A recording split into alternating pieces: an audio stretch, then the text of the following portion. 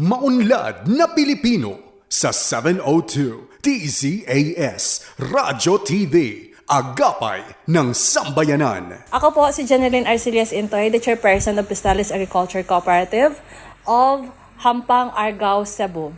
Makinig po kayo sa Maunlad na Pilipino Radio Program ng Department of Agriculture. Dito lamang sa 702 DZAS. Suportahan po natin ang mga Pilipinong magsasaka at mangingisda. Ella Arsiaga. Para sa Maunlad na Pilipino sa 702 DZAS FEBC Radyo TV, Agapay ng Sambayanan.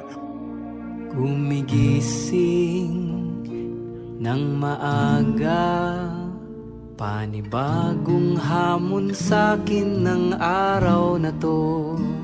Magsusumikap at nangangarap para lamang sa inyo.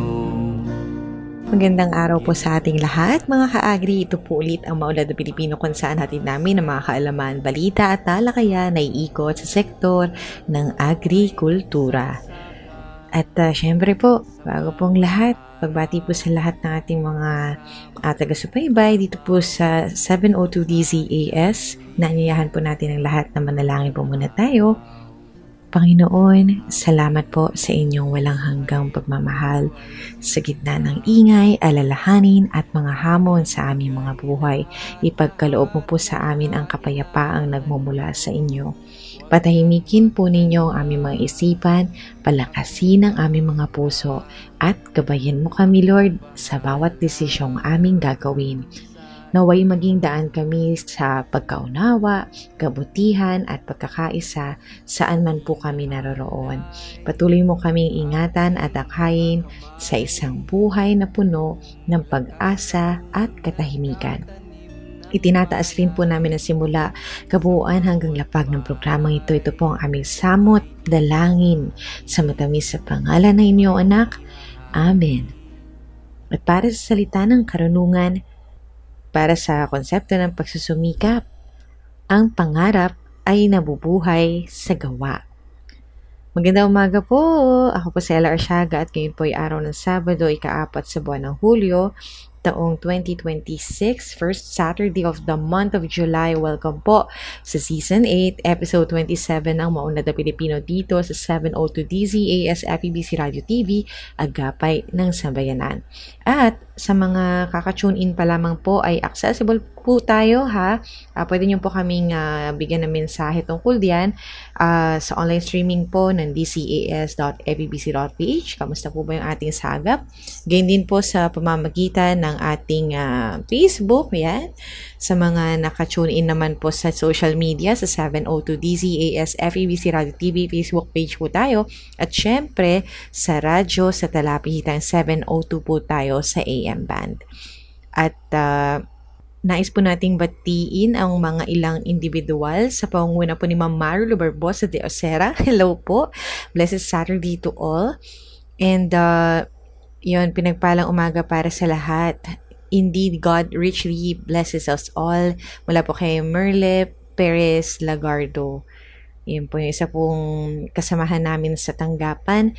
Ang apelido po, siguro po baliktad lang ho, no? Pero apelido niya din ay Merle at siya po ay nagkamit ng parangal sa kanya ika-10 taon sa serbisyo publiko. May ganun po kasi, no? For simply saying, ito po ay loyalty awards. So, marami pa pong iba. Naalala ko lang po kasi sa apelido or pangalan po ng ating nag-iwan ng comment. Ayun po, may mga ganito po tayong mga pagkilala para po sa ating mga serbisyo publiko. At magandang umaga din po. God is good all the time. Wonderful and victorious Saturday morning, everyone. Mula po ito kay Sir Ronald Young.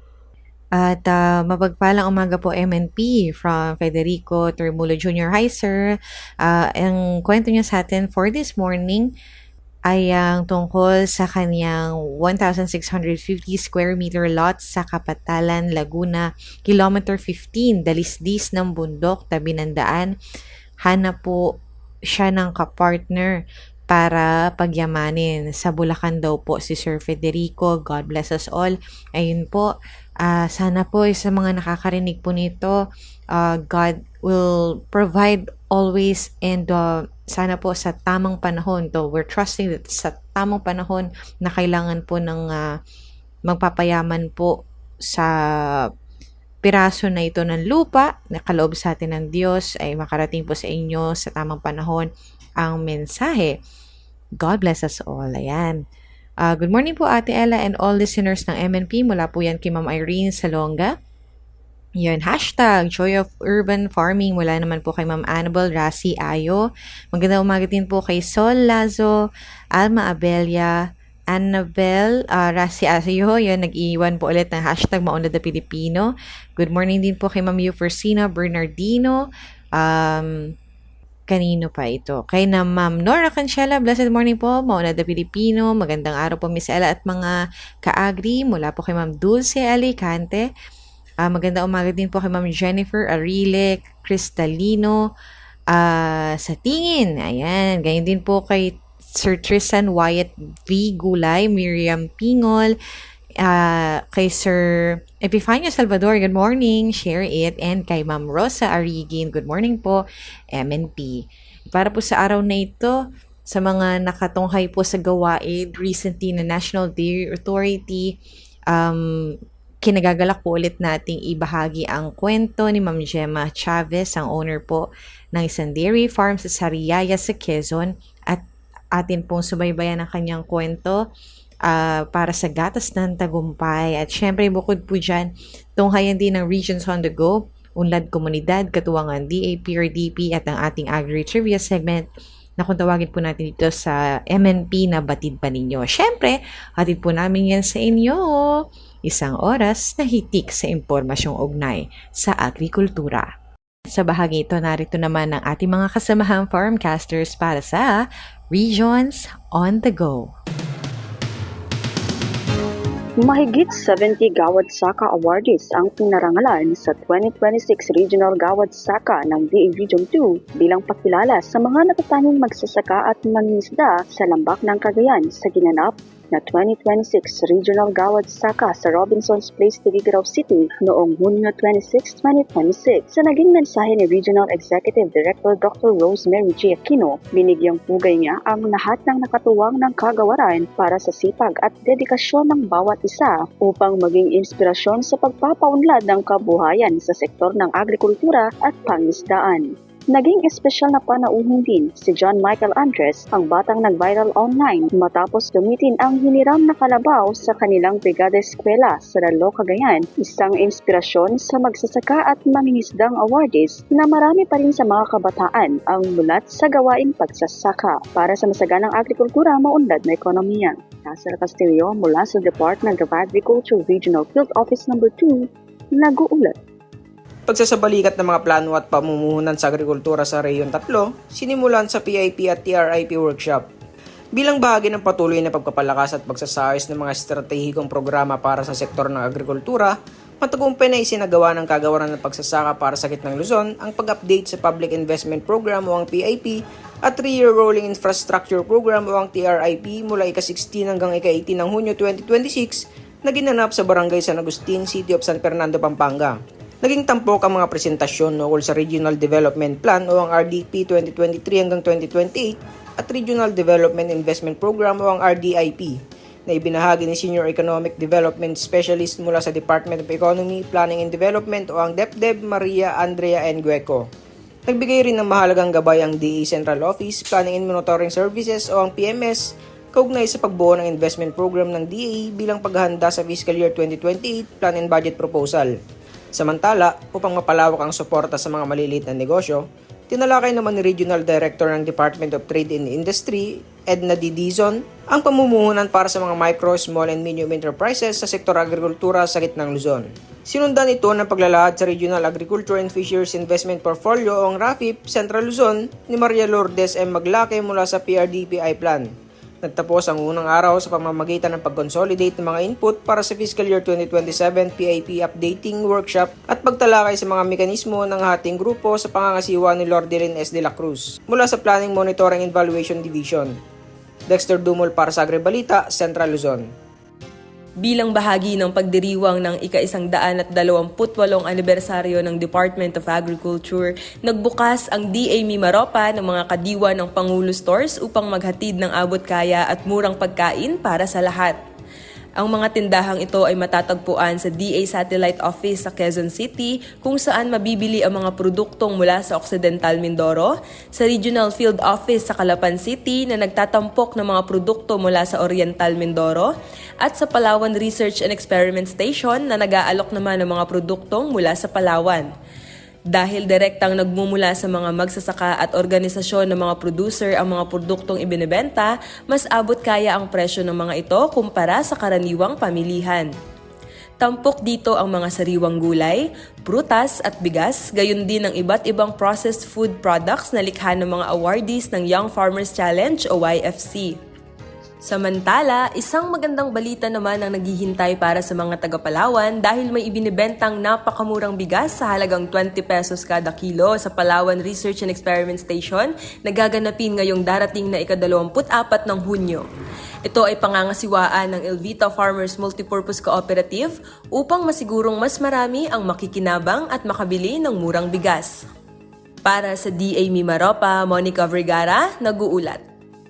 Matagumpay na ilunsad ngayong ika-23 ng Hunyo ang programang Benteng Bigas ng Pangulo sa Bayan ng Gainza, ang kauna-unahang lokal na pamahalaan sa buong lalawigan ng Camarines Sur na nakapaglunsad ng programa sa pamamagitan ng pagtutulungan ng Department of Agriculture, Food Terminal Incorporated, National Food Authority at lokal na pamahalaan ng Gainza. May kabuang 300 bags ng bigas na tig 10 kilo ang maaaring mabili sa Gainza Public Market, Barangay District 1, Gainza, Camarines Sur simula ngayong ika-23 ng Hunyo para sa mga magsasaka, mangingisda, senior citizens, person with disabilities at minimum wage earners. Ayon kay Gainza Mayor Glenn Romeo M. Gontang, nagpapasalamat siya na ang matagal ng pangarap na magkaroon ng abot-kayang bigas para sa mamamayan ay isa ng realidad. Malaking ginhawa ito sa mga pamilya dahil mababawasan ang kanilang gastusin sa pagkain at mas marami silang mailalaan para sa edukasyon, kuryente, tubig at iba pang pangunahing pangangailangan. Nagpahayag naman ng pasasalamat si Heriberto Pablo Jr., Pangulo ng Gainza Senior Citizen Baska, Pangulo ng Kagbunga Farmers Association at BAFC Chairperson dahil sa malaking tulong ng programa sa mga magsasaka at mamamayan ng bayan.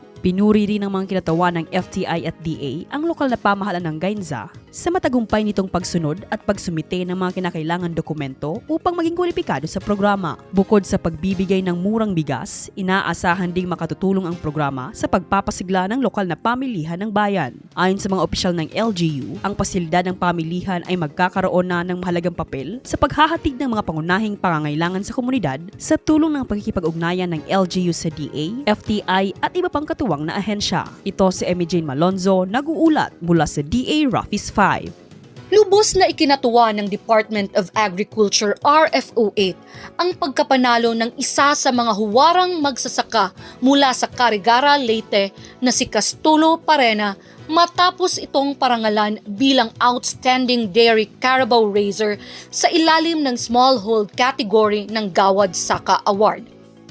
Bilang premyo sa nasabing patimpalak, nakatanggap si Parena ng 200,000 pesos na cash prize na magagamit niya para mas mapalaki pa ang kanyang hanap buhay. Si Parena ang natatanging awardee mula sa Rehiyon 8 matapos ang mahigpit na proseso sa national screening ng Gawad Saka Award at nagsisilbing inspirasyon ang kanyang kwento bilang benepisyaryo ng Coconut Carabao Development Project o CCDP kung saan nakatanggap siya ng 2 kalabaw bilang panimula. Ito po si Janina Brosas, nag-uulat mula sa DA Eastern Visayas. Pinagbubuklod ng unang Regional Adaptation and Mitigation Initiative in Agriculture o AMIA Summit sa temang bangon, sama-samang pagkilos para sa matatag na agrikultura sa nagbabagong klima. Ang iba't ibang ahensya at lokal na pamahalaan ng gobyerno, mga grupo ng magsasaka at mangingisda, mga institusyong pang-akademiko at mga bisita sa naturang programa. Sinimulan ang programa nitong Hunyo 29 ngayong taon. Sa layunin nitong magsilbing panrehiyong plataporma kung saan na ibabahagi ng iba't ibang sektor ang mga matagumpay na climate-smart farming practices. mga ideya, impormasyon sa iba't ibang sektor ng agrikultura at bumubuo ng mga solusyon upang matulungan ang mga magsasaka at mangingisda na makaangkop sa lumalalang epekto ng pagbabago ng klima. Itinuturing itong mahalagang hakbang sa pagpapatibay ng ugnayan at sama-samang pagkilos tungo sa isang matatag na agrikultura sa rehiyon ng Davao. Itinampok din ng summit ang patuloy na pangako ng kagawaran ng agrikultura na pangalagaan ng produksyon ng pagkain at palakasin ang katatagan ng mga komunidad sa pamamagitan ng inobasyon, pagtutulungan at agham na nakabatay sa makabagong pamamaraan ng pagsasaka. Hinimok ni Agriculture Regional Executive Director Macario D. Gonzaga ang lahat ng miyembro na isabuhay ang mga idea at gawing konkretong hakbang ang mga ito upang higit na mapakinabangan ng mga magsasaka at mangingisda. Ayon sa kanya, ang inobasyon ng mga magsasaka at mangingisda ang naging inspirasyon ng mga ahensya upang palakasin ang mga polisiya at infrastruktura para sa ating agrikultura. Binigyang diin naman ni Regional Technical Director for Operations Marian Constantino na ang pagharap sa pagbabago ng klima ay maisa sa katuparan lamang sa pamamagitan ng sama-samang pagkilos. Ayon sa kanya, ang ating tugon ay hindi kanya-kanya, kundi sama-sama. Itinalakay ng mga kalahok ang iba't ibang teknolohiya angkop sa klima na nagpapakita sa matagumpay ng mga inovasyon ng AMIA Villages. Binubuo ng mga rekomendasyong pangpatakaran at higit pang paiigtingin ang mga ugnayang sumusuporta sa napapanatiling pag-unlad ng sektor ng agrikultura. Bilang kauna-unahang AMIA Regional Summit sa rehiyon, inaasahang magsisilbi itong pundasyon ng mas matibay na kooperasyon sa pagitan ng iba't ibang sektor. Pinagtitibay rin ito ang patuloy na pangako ng kagawaran ng agrikultura na bigyan ang mga pamayanang agrikultural ng sapat na kaalaman, mga makabagong teknolohiya at matatag na ugnayan upang mapanatili ang produksyon ng pagkain, maprotektahan ang kabuhayan at makabuo ng isang mas matatag na sektor ng agrikultura sa kabila ng mga hamon ng pagbabagong klima. Ito po si Jessa Sablada mula sa Department of Agriculture, Regional Agriculture and Fisheries Information Section sa rehiyon ng Davao. Nag-uulat Ella Arshaga. Para sa Maunlad na Pilipino sa 702 DZAS FEBC Radio TV, Agapay ng Sambayanan. At sa umagang ito, makakasama po natin kagaya na nabanggit natin kanina lamang nung nagbukas po yung ating programa, ang owner po ng GG Win Dairy Farm sa Sariaya, Quezon. At para po ito sa kwento ng ating tagumpay, or specifically, Gatas ng Tagumpay. Ito po ang kwento ni Ma'am Gemma Chavez. Maraming salamat po, Ma'am Gemma Chavez, sa pagpapaunlak sa amin ngayong araw na ito. At kinagagalak po namin na makasama kayo para po sa ating panayam. At makilala pa po kayo ng lubos. Paano po ba kayo nagsimulang mag-alaga ng hayop? Ako po ay kasalukuyan taong 1997, nagtatrabaho po ako sa Kapitolyo. Nang nabasa ko po yung Agri Magazine, na yung kabarangay ko po ay kumikita po ng milyon sa larangan po ng pag-aalaga ng gatasang baka. Kung kaya't wala po akong sinayang na oras, nung time na nagsuweldo po ako ng kapatiyet, ako po ay nag-member po agad sa Falcon Dairy Multipurpose Cooperative upang ako ay maka-avail din ng ganong mga alagang baka. So, pinalad naman po ako after po ng 2 months, ako po ay tinawagan nila at meron na pong programa ang ating National Dairy Authority ng Animal Loan. Pero ba, ang dami po no, sa sektor ng agrikultura, ang dami po natin pwedeng pagpilian. Bakit po napili po natin yung ating commodity na ito at ano po ba yung benepisyo nito na ito po yung napili ninyong kabuhayan? Napili ko po itong pag-aalaga ng dairy animal sapagkat bukod po sa may inahingkang baka, meron ka pa pong bisiro, may gatas ka pa po sa umaga at sa hapon. So, ibig sabihin, may kita po ako sa umaga at sa hapon, may pambili na po ako sigurado ng bigas at pang-ulam, pang-araw-araw. Kung pwede po nating ibahagi sa ating mga taga-subaybay, ma'am, gaano po ba kalaki yung inyong lugar para po sa ating kabuhayan? Nung una pong sinimulan ko noong 1997, nagsimula po ako sa 7 hektarya, pero yun ay hindi po namin pag-aari. Yun po ay inuupahalaan po namin yung 5 hektarya. Yung the rest pong 2, yun po ay pahiram lang po ng aking tiyahin. Habang hindi pa po nila ginagamit, ay ipinahihiram po nila sa akin. Hanggang sa kasalukuyan po, yung 2 hectares po, ipinahihiram po nila sa akin ngayon. Pero wala po kaming sariling lupa noong time na yun, maliban po doon sa nanay ko na kalahating hektarya, pero yun po ay occupied din ng nanay ko bilang magagatas. Kailan pa po ba kayo, ilang taon na po kayo sa industriya na ito? 25 years na po ako sa pag-aalaga ng gatasang baka. At dito po sa ating 25 years of experience na nabanggit natin, ano-ano po yung may pagmamalaki nating best practices o sa ibang salita ay mauhusay na kasanayan dito po sa ating farm?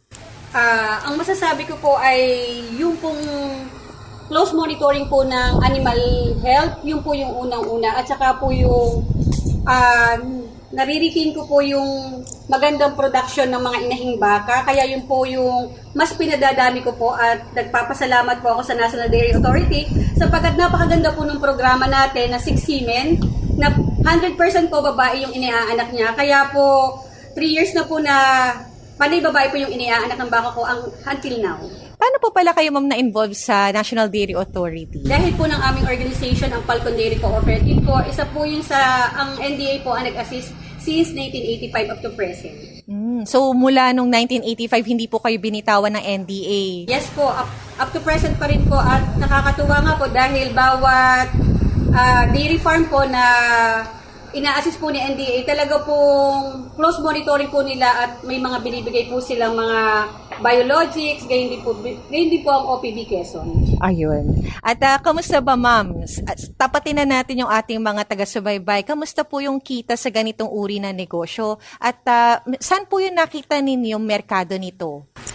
Ang kagandahan po ng aming gatas na yan, sure po yung market namin sa tulong po ng aming planta, ang KKMI po. Ang KKMI po ay katipunan ng Kooperatibang Magagatas Incorporated na makikita po sa Calauan, Laguna, na yun po yung federation namin na binubuo po kami ng 6 na dairy cooperatives na doon po namin sinusulit lahat ang aming mga gatas. Kaya ang katulad namin mga dairy farmer, ang kailangan lang namin is mag-produce ng maraming gatas. Para mas kumita kami na mas marami. At ito po mga gatas na ito, Ma'am Gemma, saan po yung usual natin na pag-distribute nito? Unang-una po, may collection center po kami sa Falcon Dairy Cooperative. Then, kinukuha po yun ng freezer van po ni KKMI para po i-process po sa Lamot, Los, Laguna. Para po dalhin po sa mga coffee shops. Usually po talaga or karamihan po sa pinagdadalhan ay coffee shops po. Daily po talaga meron pong dinadalhan po talaga ang KKMI. At ito nga po, syempre nais din nating malaman, ma'am, ano ba yung mga hamon na hinarap po natin bilang dairy farmer? Ang una po ay palibhasa po, ako ay more on office talaga yung work ko nung taong 1997. So, year 2000 ako na-engage talaga sa dairy. Pero talagang sabi nga, pag yung sa farming system, talagang doon napaka-challenging talaga. Pero hindi ko yung sinukuan sapagkat sabi ko, kung hindi ako magtsatsaga, wala ako sa kinalalagyan ko ngayon. At sabi niyo, ma'am, sa opisina po kayo noon. Ngayon, ma'am, ano po ang ninyo? Naging balita ko po, ayon po sa aming impormasyong nakalap, nag-switch na po talaga kayo as full-time. Yes po, talaga po full-time dairy farmer na po ako sa ngayon. At yun po ay, I'm so proud as a dairy farmer sapagkat ang laki pong naitulong para po mas maiangat po yung pamumuhay po namin. Lalong makatulong ako sa community ko. Wala po tayong bahid ng pagsisisi dun sa move na yun. Kasi yung iba po, di ba, parang secured sila dun sa trabaho nila, parang hindi nila mabitawan. Kayo po? Hindi po kasi mas may peace of mind ako, wala akong stress. Kumbaga, sarili ko yung oras ko. At napakasaya ko na kumikilos ako ng yun na yung daily routine ko, yung pagpa-farming ko at kasama ko na din yung retired husband ko. So, masaya na kami kahit yung anak ko, iminumulat ko din sa kanya na magandang hanap buhay itong pag-dairy farming. Balik po tayo dun sa usapin natin ng mga hamon. Ma'am, nabanggit po ninyo, smooth, laging nandyan to assist ang ating NDA. By any chance, ma'am, meron pa ba kayong mga challenges or hiccups na e-encounter po sa inyo pag-operate? Yes po, talaga pong ang isa pong hindi ko po malilimutan na challenge talaga na halos iba pa po talaga kami itong pandemic po kasi almost 8 months kaming walang sales of milk. Kaya po bilang isang ordinaryong dairy farmer, napakahirap po i-sustain yung pangangailangan kasi noong time na yun may tao kami. May 3 kaming taong sumisweldo monthly. So wala kami i-sustain doon. Kaya mahirap man sa akin, matagal ko silang kasama kasi halos grade 6 pa lang sila, kasama na namin sila dito sa aming hanap buhay na to. Kailangan kong i-give up sila kasi pag pare-pareho kami sama-sama, hindi namin kaya sustain man lang yung sa daily needs namin sa baka. So, hiwa-hiwalay kami pero maganda yung paghihiwalay namin. And kung kami may pinupuntahan, sila yung nagiging on-call namin na para mag-alaga ng aming mga baka. Pero sa tulong at gabay ng NDA, kahit pandemic yun na 8 months na walang sales, yun namang sustainable naman yung kanilang corn silage sa amin. Kumbaga, nabawasan mo yung alaga ng baka kasi ibinenta namin para masustain naman yung needs namin sa daily. Kasi nga, hindi kami nakakalabas. Kaya, kumbaga, yun, halos yung iba naming iba naming miyembro ng aming Falcon Dairy Cooperative ay nag-resign kasi hindi rin nila kayang i-sustain. Pero kami, pilit kaming lumaban para until now, makupa uli namin yung dati naming production kasi nung time ng pandemic na yon, January, starting ang anakan ng baka namin, 138 liters per day kami. Pero until now, hindi ko pa rin siya maibalik ngayon kasi yung mga malalakas na production kong baka, nabenta ko nung time na yun kasi nagka-mastitis sila. So, kailangan nilang mabenta kasi wala kaming bagong anakan yun, kailangan namin mabenta talaga sila. Kasi di sa mamatay sila sa sakit ng mastitis kasi pa nagmi-milk fever sila eh.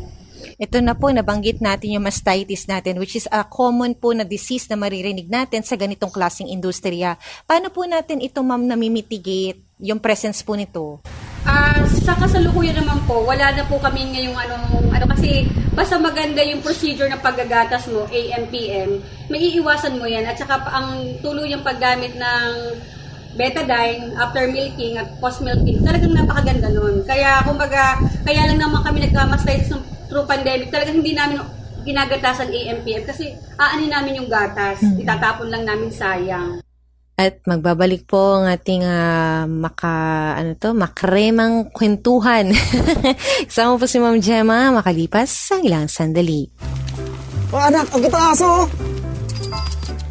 Aray! Uy, Tay! Okay ka lang po ba? Para kalmot lang. Malayo sa bituka. Oops, teka lang, Tay. Baka may rabies yan. Dapat sabunin at hugasan agad ang sugat ng 10 hanggang 15 minuto. Lagyan lamang ng alcohol o iodine para talagang malinis. Tapos, pumunta sa pinakamalapit na health center para magpakonsulta. Balik po kayo sa susunod na schedule natin po, ha? Salamat po. Agad na hugasang maigi ang sugat at pumunta sa health center. Basta wais, iwas rabies. Organic fertilizer ba ang hanap na matipid at magandang ipalaganap? Halina at sumama, wala nang teka-teka, tara na mag-composting na.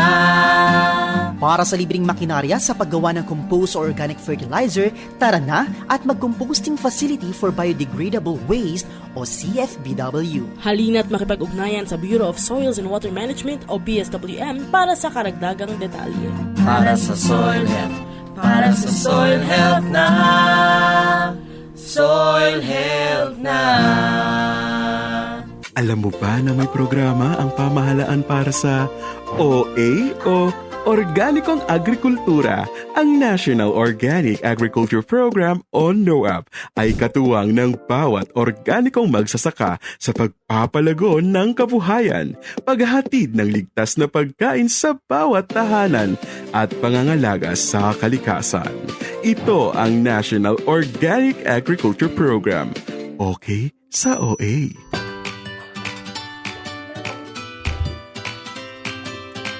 Kain na!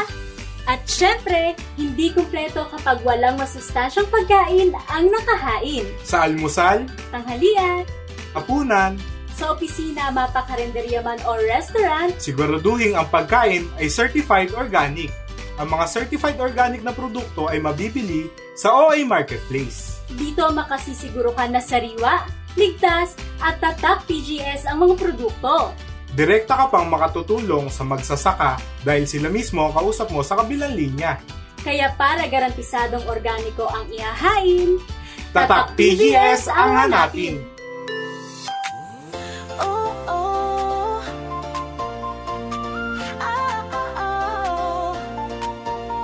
Hindi madali ang landas ng organiko, pero sa dulo nito, tagumpay ang nakatago. Buhay ng magsasaka, konsumer ay pinapahalagahan. Para sa kinabukasan, huwag tayong ihinto sa OA.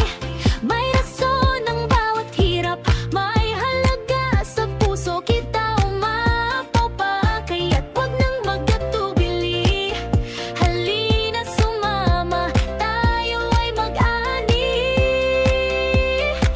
Ang gusto ko ay sobrang okay dito sa yaya. Halika na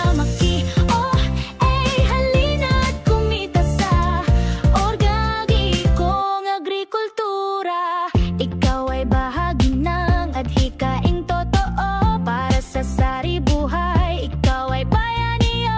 Hawak kamay, magsimula tayo ngayon. Sa lupa may pera, may pagmamahal at misyon. Ang panawag ng panahon, bumalik sa natural. Sa OA ang solusyon. Sa OA, may rason ang bawat hirap, may halaga sa puso. Kita umapaw pa, kaya't huwag nang magkatubili.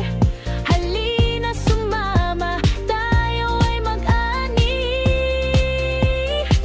Ang gusto ko ay sobrang okay dito sa kaya. Halika na halina at kumita sa organikong agrikultura. Para sa bata, para sa lolo at lola, sa mundong protektado tayo ang simula. Ikaw ay kasama rito sa organikong agrikultura. May tunay na kasaganahan. Ang gusto ko ay sobrang okay dito sa kaya. Halika na halina at kumita sa organikong agrikultura. Organikong agrikultura. Kinabukas ay sigurado ka. Okay sa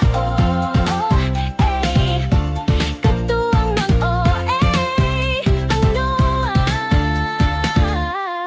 Maunlad na Pilipino sa 702 DZAS Radyo TV, agapay ng sambayanan. At nagbabalik po tayo sa Maunlad na Pilipino. Kasama pa rin po natin si Ma'am Gemma Chavez, ang atin pong panauhin sa umagang ito. Dito po ma'am sa natin, mga natutunan on how to handle yung mga challenges natin. Meron po ba tayo mga trainings na na-attendan to increase our knowledge po sa ganitong klaseng bagay? Yes po. Ever since po si NDA po, talagang hindi pa po talaga nagpa-pandemic. Bagong membro pa lang po ako ng Falcon Dairy noon. Talagang may mga trainings na po sila sa pagluluto po, sa pag-process ng home base ng mga gatas ng baka. Kaya lang hindi po namin pinapansin noon. Pero nung pandemic po talaga, natuto po ako mag-milk oatgel, leche plan, fresh milk, choco milk. Talaga po yung kinarir po namin, dinideliver po ng asawa ko kang mag-asawa. Sa Tayaba, sa Kakular kami, nakapick up kami. Kung iwan namin yung kaisa sa naming anak. Kaya lang, hindi rin po kami nagtagal sapagkat sabi ng nanay ko, bahagya na kayo nagkaanak at kayo matatanda na. Baka kayo maging carrier pa ng COVID na yan. Sayang ang inyong perang inyong inano dyan dahil mawawalan kayo ng anak. Kaya yun, mas inisip namin na kahit walang pera, walang kita, basta yung pamilya namin buo. Noong time na yun. Kaya yun, tumigil ako sa pagluluto, pagluluto ng home base na yan. So, sa ibig niyo po sabihin, ma'am, mas nag-focus kayo sa raw rather than yung pagpaprocess po natin ng ating ginagatas? Opo, during nung pandemic. Okay. Yes. Sa ngayon, balik na po tayo ulit. Opo. Balik na po ulit sa pagpuproduce. Ano po yung mga products natin? Nabanggit nyo kanina yung mga niluluto. Ano po yung up to current po na ino-offer natin? Mostly po ay ang inaano ko po yung milk oil kasi mas madali po siyang lutuin. Kaya lang hindi ako nakapag-prepare today. Okay lang po yun, ma'am. Sa mga markets po natin, nabanggit natin kanina yung mga coffee shops natin for our milk po, no? Dun sa ating product, ma'am, meron din tayong specific na pinagdadalhan. Sa Tayabas po?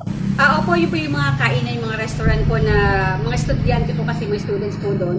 Mas gusto po nila, instead of soft drinks, yung mga mula sa produkto po ng gatas para mas masustansya daw po. Kaya mas maganda po yung kita namin din doon nung time ng pandemic. Kaya lang talagang iniiwasan nga po maging carrier kami dito sa bar.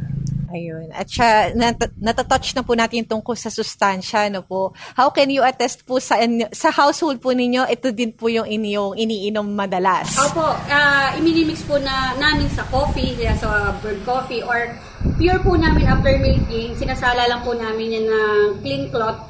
Ini-intake na po namin yung fresh milk para wala pong preservatives. Okay lang po. Opo.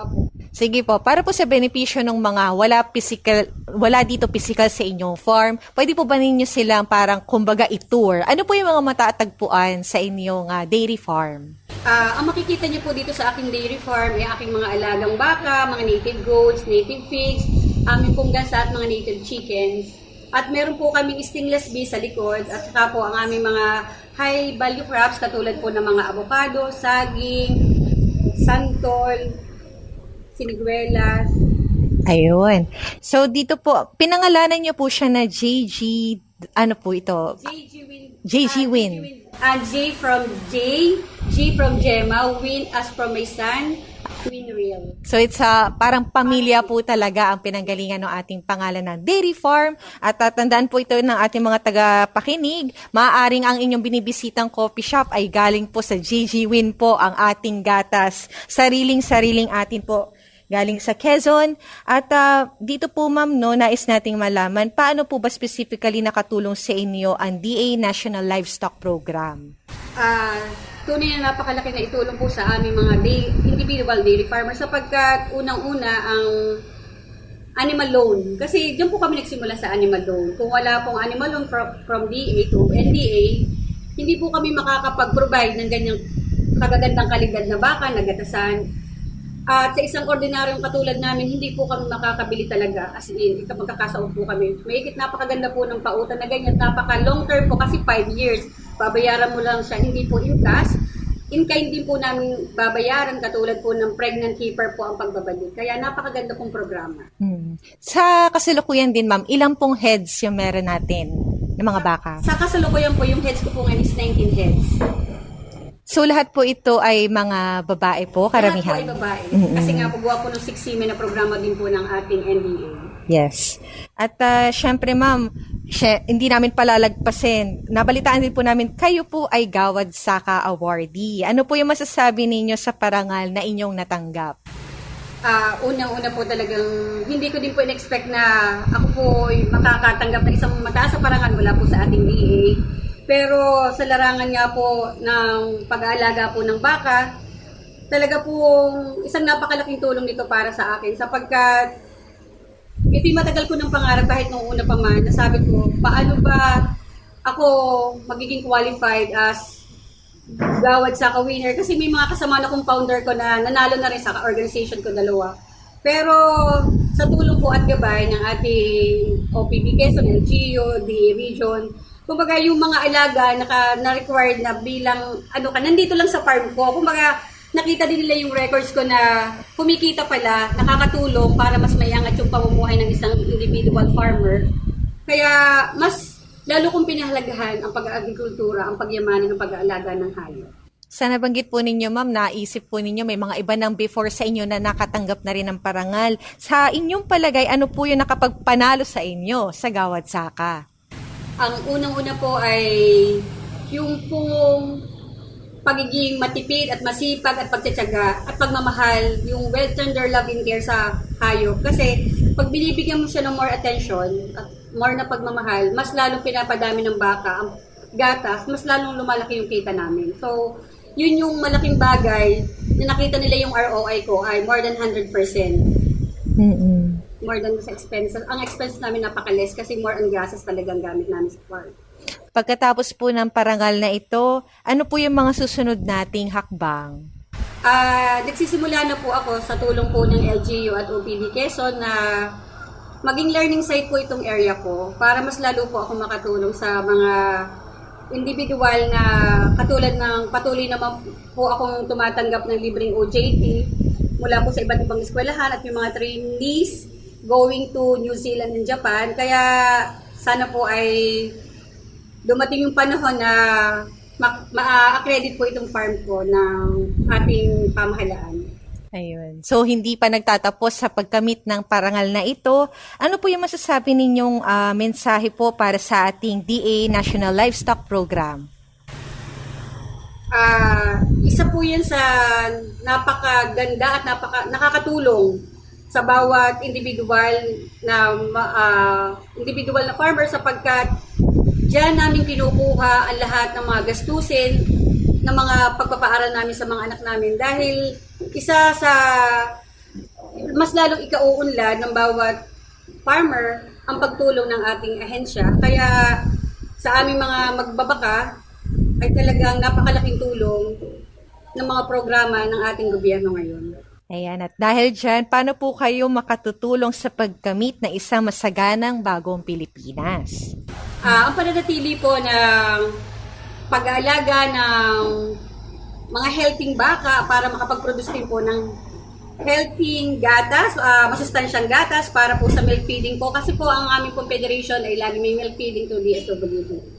Ayun. So, kayo po ay katuwang sa pagpo-provide na masustansya na gatas ng ating bansa. Maraming salamat po. At dahil dyan, sa mga nais po na mag-umpisa siguro ng same po sa inyong ginawa sa inyong dairy farm, ano po yung inyong may papayo sa kanila?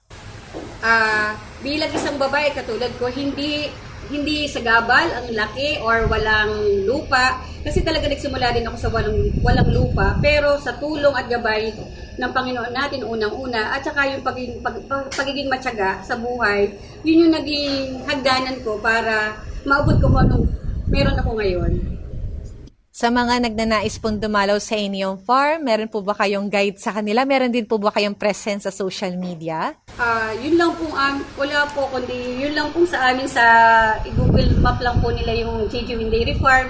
Masisearch na po nila itong farm ko at welcome naman po anytime ang lahat kung gusto mag-farm visit po dito. Bagamat ipinapakaliit lang ang farm. At maraming salamat po para sa Gatas at Tagumpay. Ang kwento po ni Ma'am Gemma Chavez, ang owner po ng GG Win Dairy Farm sa Sariaya sa Quezon.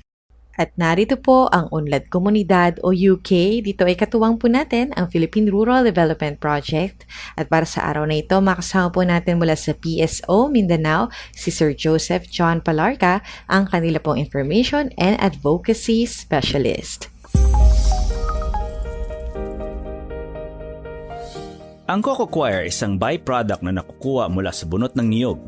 Dating tinuturing na waste product na tinatapon o sinusunog, ito ngayon ay napoproseso bilang coco fiber na maaaring gawing coco ropes, geonets, mats, baskets at iba pang produkto.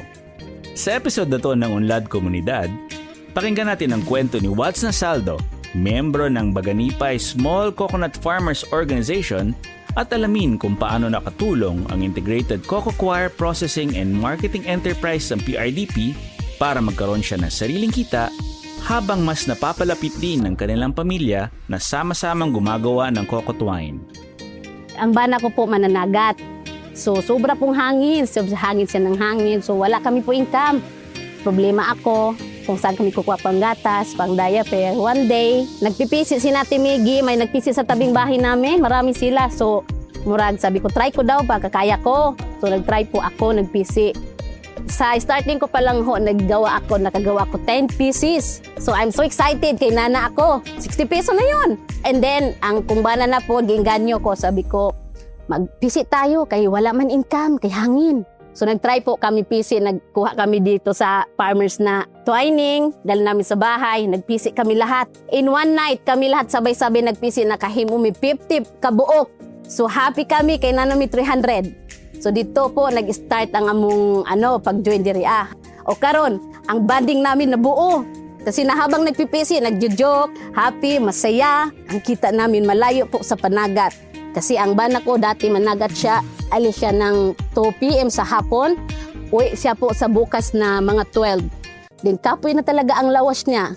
So karon sir, okay kami. Masarap talaga ang Kaya nagpasalamat kami dito sa co-op. Malaki talaga ang tulong sa amin ang farmers. Kaya wala talaga kami hindi namin naisip na matulungan kami ng farmers, hindi namin naisip na, makatulong pala ang paghimo-himo PC. Kasi ako dati, sir, wala talaga ako income, higda lang ako sa balay. Magpatutoy sa akong anak, magpakaon. O karon sir, morning pa lang ako nang una hanggang gabi. Pagtulog ng anak ko, diretso ako PC.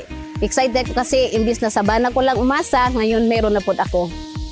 Sa pamamagitan ng Coco Coir processing na dala ng PRDP, ang dating tinuturing na basura ay nagbibigay ng dagdag kita, kabuhayan, at dahilan para mas mapalapit ang pamilya at komunidad sa Talusan, Zamboanga, Sibugay.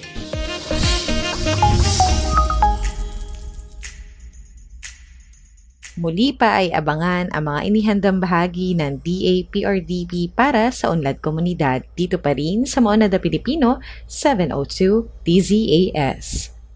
At muli pa ay hatid sa atin ni Binibining Ira Cruz ang ating Agri-Trivia segment. Good morning mga ka-agri! Batid ba ninyo na matagumpay na naisagawa ang Department of Agriculture Social Media Page Awards?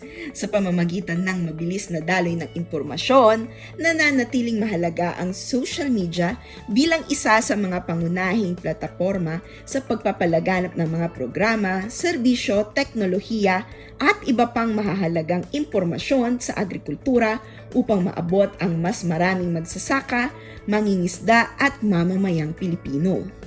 Bilang pagkilala sa mahalagang papel ng digital communication sa pagpapalawak ng abot ng impormasyon ng kagawaran, isinagawa ang Department of Agriculture Social Media Page Awards upang parangalan ang mga regional field offices, bureaus, attached agencies, and corporations na nagpakita ng kahusayan sa pamamahala ng kanilang mga opisyal na social media platforms. Sa pamamagitan ng pagkilalang ito, binigyang pugay ang kanilang epektibong pagpapabatid ng mga programa at serbisyo ng DA, paggamit ng makabago at malikhaing digital content at aktibong pakikipag-ugnayan sa publiko upang maisulong ang mas malawak na kamalayan at suporta sa sektor ng agrikultura. At sa pagtatapos nga ng DA 128th anniversary, in-announce ang mga nagsipagwagi sa DA Social Media Page Awards. Congratulations! Ito ang listahan ng mga nagwagi.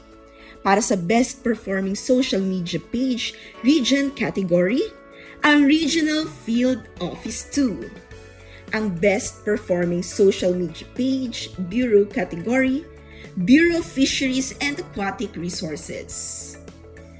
Best Performing Social Media Page Attached Agency category, National Fisheries Research and Development Institute. Best Performing Social Media Page para naman sa Attached Corporations, Philippine Rice Research Institute. Best Real Agricultural Credit Policy Council para sa hashtag Kayang-Kaya kasama ang ACPC. Best Informational, ang Regional Field Office 13 para sa Nangita Kabaog Paratong Abono, Jadam Liquid Solution. Best of Photo, Philippine Fiber Industry Development Authority para sa hashtag Back to School 2026 is coming soon. Best Human Interest, ang Regional Field Office 7 para sa Guillermo Lucip Story.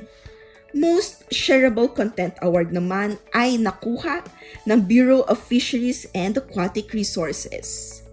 Nakuha muli ng Bureau of Fisheries and Aquatic Resources ang Community Engagement Award.